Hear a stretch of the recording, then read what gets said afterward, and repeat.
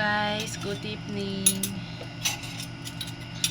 So dito na naman tayo sa mahiwaga nating kusina.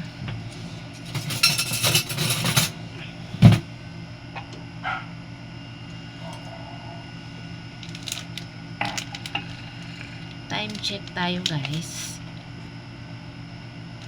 10:17 ng gabi. So pinapatulog ko muna si Gab dahil maaga pa siya bukas.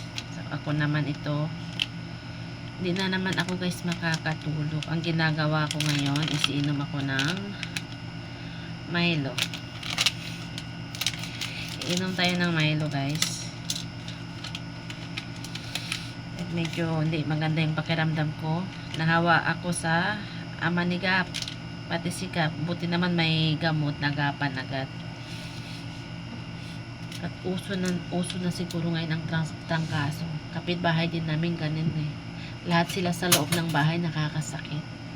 Ubo, sipon, tapos lagnat, sakit ang katawan. Ganon din ang ganon ko din naramdaman isang araw. Umuwi kasi papa ni Gab, may na siya, naubo, sinisipon, tapos sabi niya ang sakit, mangilo daw yung katawan niya.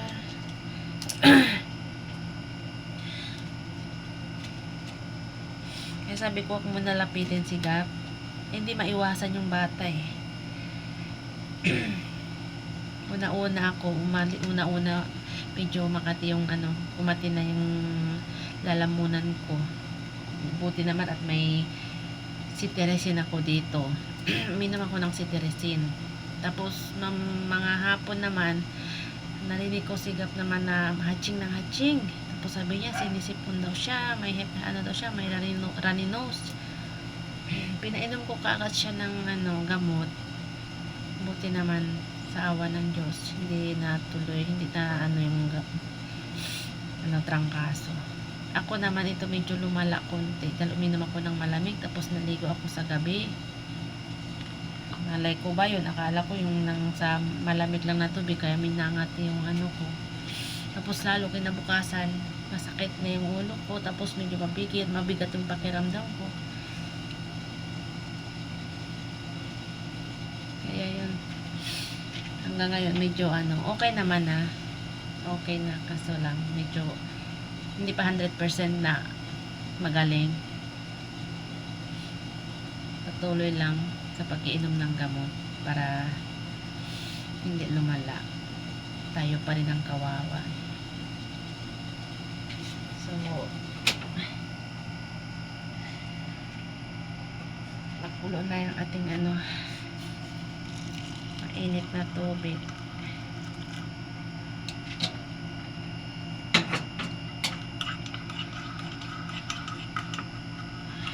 Ito guys, ang natin,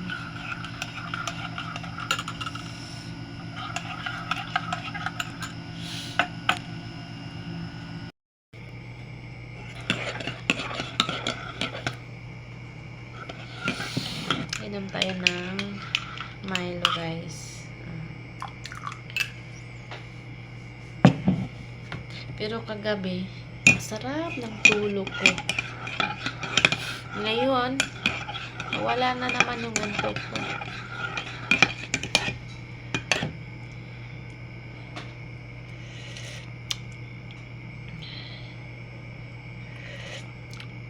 Pero wala tayong ibang may tira pa ng tinapay. Sound natin yan dito sa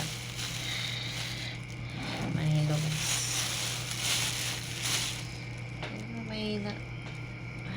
May langgam nakagad dito sa ko, siko ba, malapit sa siko,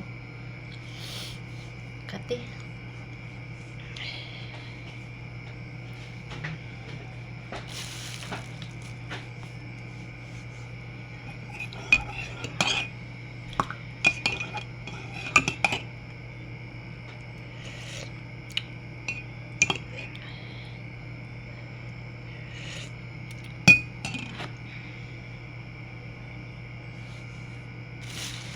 Guys, bago ang lahat guys, huwag nyo kalimutan i-subscribe sa aking channel guys.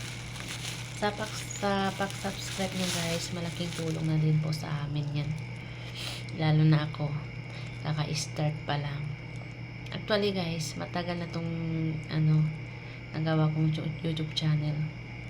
Kaso nga lang, hindi ko na upload ng upload. Iniwan ko lang siya. Ngayon, dahil kasi dati, yung cellphone ko kasi nakaagawan kami cellphone pati ng anak ko. Lagi ayaw niya ng TV, gusto niya cellphone. So, hindi ako makapagano. At saka yung cellphone ko dati lagi nakahang. Ngayon, nakabili na ako ng cellphone. Mag-i-start na ako. Tuloy-tuloy na ang pag-upload ko sa aking channel. So, sana guys, support nyo naman ako guys, kahit pa paano.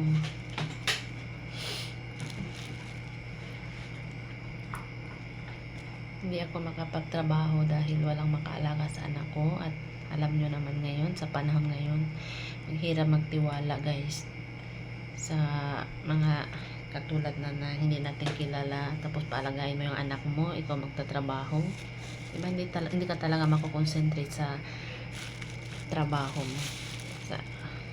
Yun lang ang iniisip ko din, lalo na yung mga edad na 4 years old, makulit, diba? Marami na natin na naririnig na yung mga inaalagaan nila, yung sinasaktan, di ba? So, mas pinili ko na lang aalagaan yung anak ko kaysa magtrabaho. Importante, nakakain naman kami ng 3 beses sa isang araw. May trabaho naman ang aking mister kahit papaano. So, ang ginawa ko na lang ngayon is na lang, ganito, mag-upload na lang ako ng video, maggawa na lang ako ng content kahit ulit-ulit dito sa bahay. Yun lang. Sana mag-support kayo guys.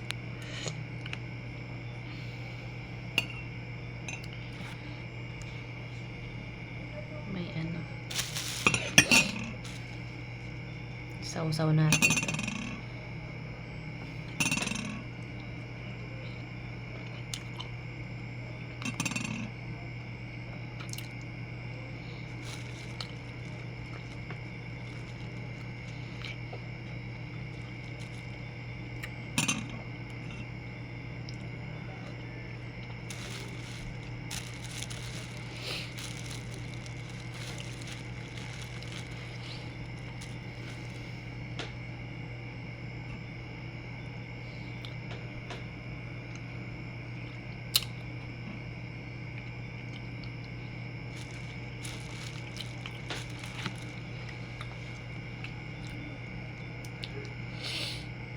Tulad ngayon, sigap, marunong na, medyo matured na siya kasi 4 years old na. Pag sasabihin ko magtatrabaho na ako, iba na lang makaalaga sa kanya. Ang sagot niya sa akin, kami lang daw, hindi daw akong patrabahuin, dito lang kami sa bahay. Ang tatay daw niya ang magtatrabaho para sa amin. Di ba marunong na? Every time sasabihin ko mag-work na ako, o iwan na lang siya dito sa bahay, ayaw.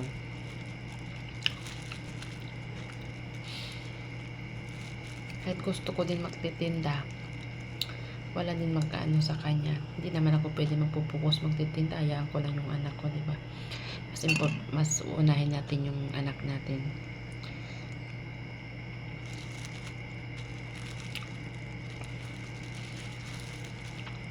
Pag malaki na, at saka na tayo makahanap buhay guys.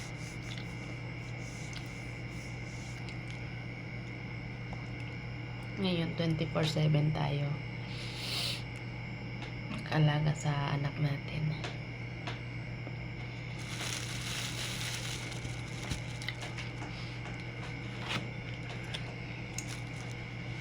At isa pa guys, ang mga bata kasi iba talaga ang laki sa nanay kaysa iba ang makaalaga sa kanila. Ramdam ko yan kasi may anak ako, hindi lumaki sa akin, malayo ang loob, tapos hindi niya pinako ang nanay, Ganun. Mas timbang, kung ano mo kasi mas matimbang pa siya dun sa side ng lola niya, sa kanila, kaysa sa akin. So, iba talaga. Kaya mas gusto ko, ngayon, ako ang magpalaki sa anak ko. Ako ang makaalaga sa anak ko para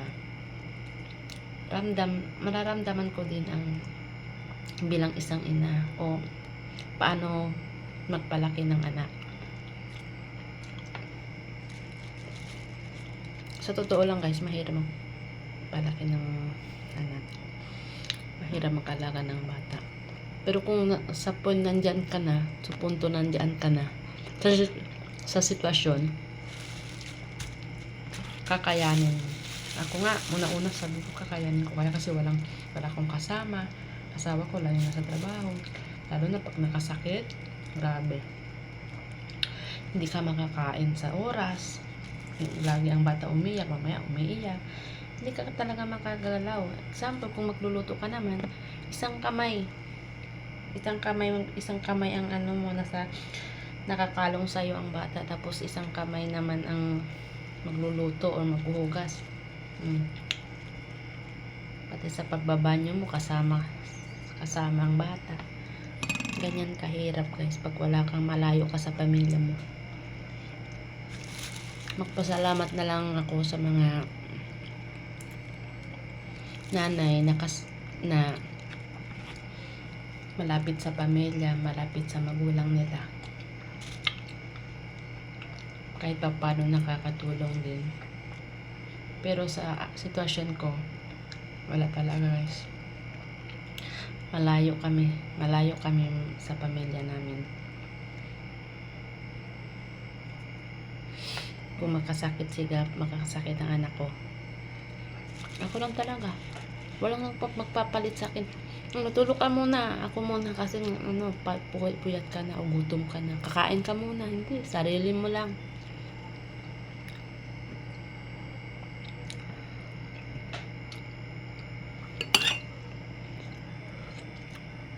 Kaya saludo ako guys sa mga nanay. Ang hirap magpalaki ng anak. Ako, danas ko talaga guys. Buti naman ngayon medyo malaki na sila.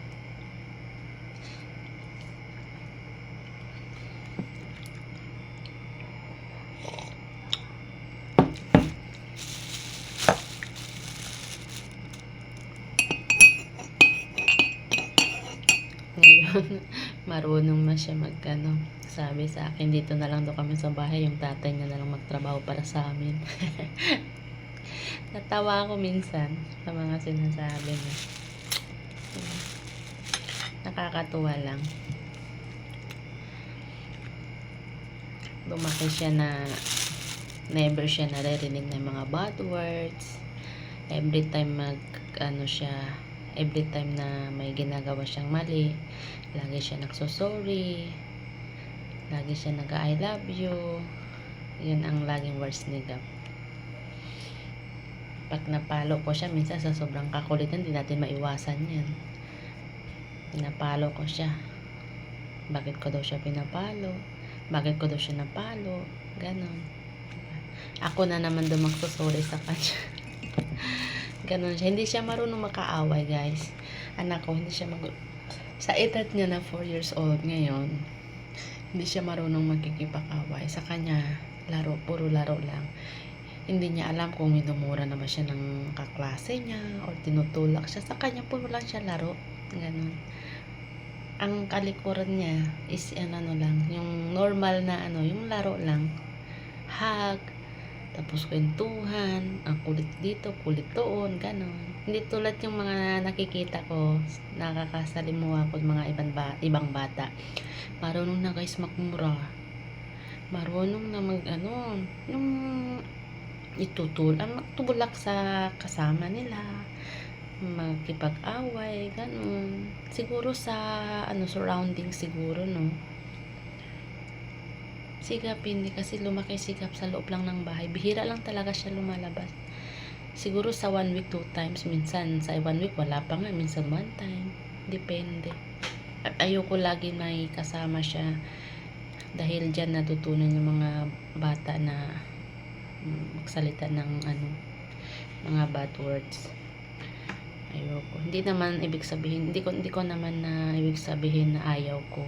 Ang sa akin naman, lang, umiiwas lang. Kasi nga, syempre mga bata, mabilis yan ma-engage yung mga ganyan.